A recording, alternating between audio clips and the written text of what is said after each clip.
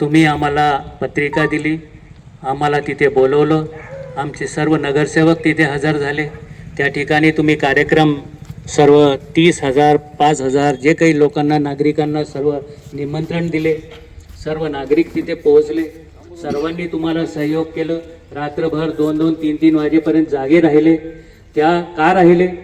आम्हाला आस्था आहे, आमचे छत्रपती आहेत ते. आम्ही तिथे उभं राहणं आमचं गरजेचं आहे. नागरिक तिथे उपस्थित होते. त्यांनी सुद्धा या सर्व कार्यक्रमाला चांगल्या पद्धतीने साथ दिली. पण याच्यात जर तुम्ही राजकारणची भाषा करता, पत्रकार परिषद घेऊन करता, तर हे आम्हाला मान्य नाहीत. कारण छत्रपतीवर राजकारण करणं हे आमची संस्कृती नाहीत. सर्वसामान्य लोकांचे मुलं जे आज शिक्षणाकरता हे तिथे उपस्थित होते महाराजांच्या याच्यावर कार्यक्रमाकरता, त्यांच्यावर गुन्हे दाखल करण्यात आले. का दाखल करण्यात आले? फक्त ते फोटोमध्ये आले म्हणून. पण गुन्हा कोणावर दाखल व्हायला पाहिजे? गुन्हा दाखल व्हायला पाहिजे नगरपंचायतवर. नगरपंचायतचे जे पत्रिकेमध्ये निमंत्रक आहेत त्यांच्यावर, की तुमच्याकडे परमिशन नसताना 30,000 लोकांना तिथे गोळा करायला बोलवलं तुम्ही आणि तुम्ही त्यांना फसवलं. तो सगळा कार्यक्रमानिमित्त सीओच्या म्हणण्यानुसार तो कार्यक्रमाचा खर्च नगरपंचायत करेल. मग अशा फ्लॉप आणि अपमानास्पद कार्यक्रमाचा खर्च कोण करणार, कोण भरणार? नगरपंचायत. नगरपंचायत म्हणजे शेंदुर्णीचे नागरिक. माझी अशी मागणी आहे की ह्या सर्व जो झालेला खर्च आहे हे नगरपंचायतचे हे जे निमंत्रक आहेत, आमंत्रक आहेत, त्यांच्याकडून वसूल व्हावा. एवढा मोठा कार्यक्रम, शासकीय कार्यक्रम असताना म्हणजे तुम्ही छत्रपती शिवाजी महाराजांच्या पुतळ्याबाबतीत तुम्हाला काय आदर आहे? शेंदुरी शहरामध्ये ज्यावेळेस पुतळ्याचं बांधकाम झालं, उद्घाटन होणार होतं, सर्वच नागरिक अतिशय आनंदी होते. सगळ्यांच्या मनामध्ये होते की शिवाजी महाराजांचा पुतळा इथे आणून झाला पाहिजे. परंतु या नगर परिषदेने कारण नसताना, आपण जर मग बघितलं असेल की आतापर्यंत महाराष्ट्रामध्ये भारतीय जनता पार्टीच्या अनेक नेत्यांनी छत्रपती शिवाजी महाराजांना अपमानित केलेलं आहे. अनेक घटना घडलेल्या आहेत. त्या शेंदुर्णी सुद्धा आता मागे राहिलेली नाही. आमचं म्हणणं की जाणीवपूर्वक या ठिकाणी त्यांनी हे घडवून आणलेलं आहे. सर्वात प्रथम मी तर हे म्हणेल की सीओंना या खुर्चीवर बसण्याचा अधिकार नाही. कलेक्टर साहेबांनी त्यांना त्वरित या पदावरून बडतर्फ करावं. त्यांनी तसं नाही केलं तर आम्ही महाविकास आघाडीच्या माध्यमातून या ठिकाणी तीव्र आंदोलन छेडणार आहोत. नगराध्यक्षाचं काय? पत्रकार परिषद घेता, मोठ्या मोठ्या गोष्टी करतात. आमची चूक झाली. हा चूक झाली. तुम्ही कुणाबद्दल चूक करतात? छत्रपतींबद्दल? सीओ आणि नगराध्यक्ष यांनी त्वरित राजीनामा दिला पाहिजे. त्यांना या पदावर बसण्याचा अधिकार नाही. ही कार्यक्रम पत्रिका आम्ही बघितली. ही शासनाच्या पैशातून खर्च केलेली कार्यक्रम पत्रिका आहे. तिच्यामध्ये जाहीर विनंती म्हणून सण मागे जेवणाच्या कार्यक्रमाचं आमंत्रण दिलेलं आहे. म्हणजे नगर परिषद का तुमच्या बापाची आहेत का? तुम्हाला काही वाटत नाही?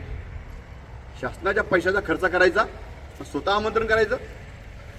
तुमच्याकडे पैसे नाही का? तुम्ही वेगळी पत्रिका छापून लोकांना आमंत्रण द्यायला पाहिजे होतं. चाललं काय? या ठिकाणी हे खपवून घेतलं जाणार नाही.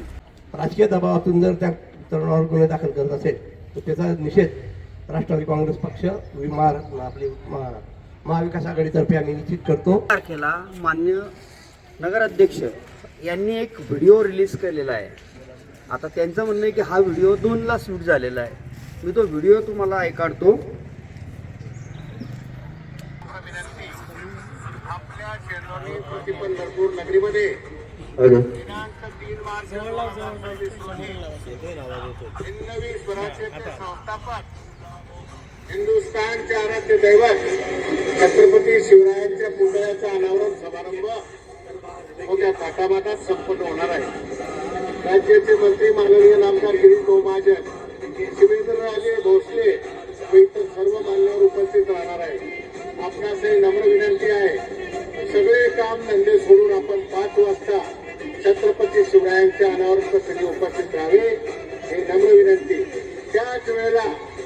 दिनमध्ये 25,000 लोकांचं जेवणाची व्यवस्था केलेली आहे माझ्या वैयक्तिक परिवारातर्फे. तेव्हा जेवणाचाही आपण आनंद घ्यावा ही नम्र विनंती. जय शिवराय. असं असताना सोशल मीडियावर हा व्हिडिओ व्हायरल झालेला आहे आणि त्या अनुषंगाने रात्री तिथं गर्दी जमा झाली.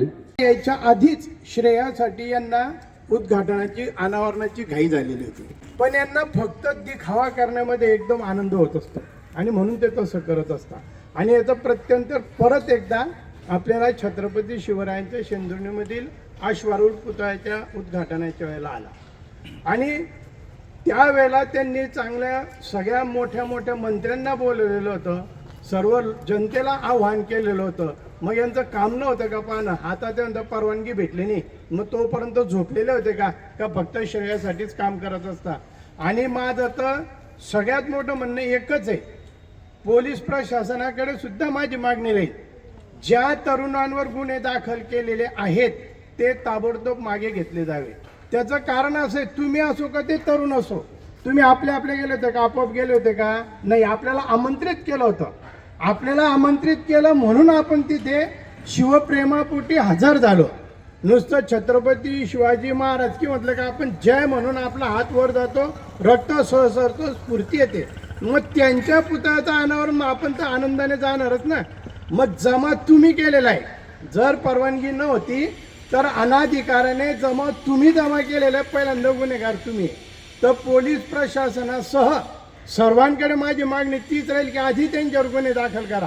हे लोक काही त्यांचे आलेले नव्हते, तुम्ही त्यांना बोलवलेलं आहे. म्हणजे जर अनाधिकाराने जमवला असेल तर तो नगरपालिकेच्या मार्फत नगराध्यक्ष, CO आणि त्यांच्या सगळ्या टीमने केलेला आहे.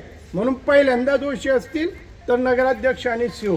म्हणून गुन्हे दाखल करणे असले तर त्यांच्यावर करा आणि ह्या जे निष्पाप युवकांवर केलेले आहे त्यांचे गुन्हे ताबडतोब मागे घेत. म्हणून माझी मागणीच राहील की नगराध्यक्ष गोविंद शेठ आणि मंत्री महोदय गिरीश भाऊ महाजन यांनी सुद्धा राजीनामा द्यायला पाहिजे.